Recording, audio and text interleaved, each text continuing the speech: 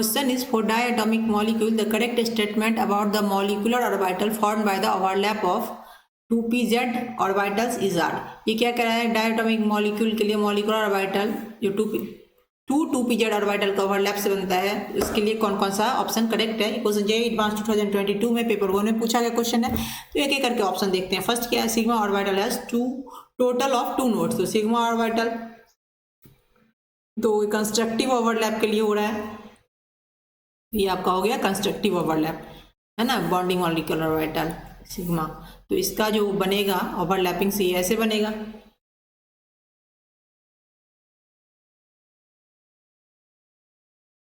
देखिए जितने भी 2pz ऑर्बिटल है सब 2p का क्या होता है, खुद का नोडल प्लेन होता है, जो यहाँ इसका खुद का एक नोडल प्लेन है ना। तो ये अगर ओवरलैप करता है तो ये इसका ऐसा बनता है, तो इसका जो नोडल प्लेन है वो वैसे को वैसा ही रहता है। तो यहाँ आपका क्या हो गया, 2 नोडल प्लेन हो गया, तो इसमें 2 नोडल प्लेन है, तो ये आपका करेक्ट हो गया। देन सेकेंड क्या कर रहा है, sigma orbital has 1 node in XZ plane containing the molecular axis. Sigma star मतलब एंटी बॉन्डिंग डिस्ट्रक्टिव ओवरलैप, तो डिस्ट्रक्टिव ओवरलैप ये प्लस आ गया और इधर माइनस आ जाएगा, है ना। इसको अगर आप ओवरलैप करवाओगे तो ये कैसा बनेगा, ये आपका ऐसा बनेगा।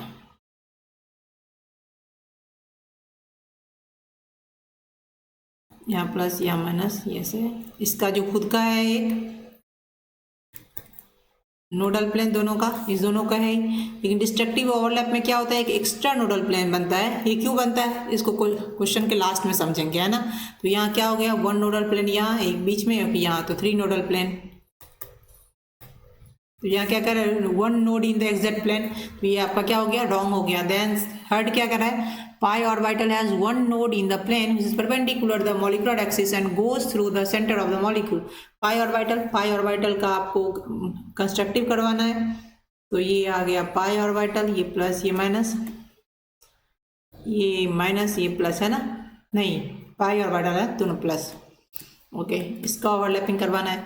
तो नोडल प्लेन क्या होता है, नोडल प्लेन वो होता है जहाँ फाइंडिंग ऑफ इलेक्ट्रॉन की प्रोबेबिलिटी क्या होती है, 0 होती है। जहाँ इलेक्ट्रॉन होने की प्रोबेबिलिटी 0 होती है उसको आप नोड कहते हो। तो अगर ये इसका आप ओवरलैप ऐसे करवाते हो,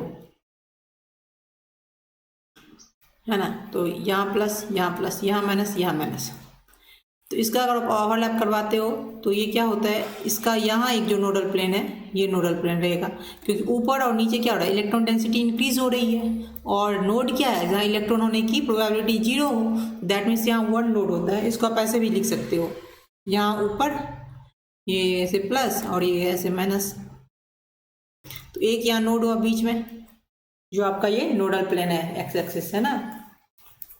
तो ये आपको क्वेश्चन क्या कह रहा है, pi orbital has 1 node in the plane which is perpendicular the molecular axis and goes through the centre of the molecules. Centre of the molecules ऐसे तो ये परपेंडिकुलर इसके ये नहीं हो रहा, दैट मीन्स ये आपका इनकरेक्ट हो गया। डी के लिए pi orbital has 1 node in the XY plane containing the molecular axis pi star, तो ये डिस्ट्रक्टिव हो रहा है, तो ये आपका हो गया यहाँ पाई इस प्लस और यहाँ एक ही साथ कर देते हैं इसको, ये माइनस ये आ गया ऐसे माइनस प्लस। इसका अगर आप करवाओगे तो ये कैसे बनेगा, ये आपका ऐसे बनेगा,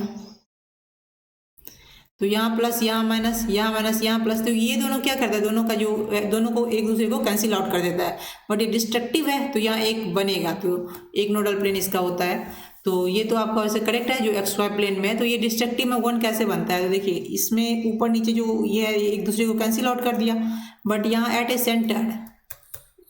सेंटर में क्या होता है, वेव फंक्शन जो एक दूसरे के इक्वल हो जाता है ना। तो आप टोटल वेव फंक्शन क्या लिख सकते हो,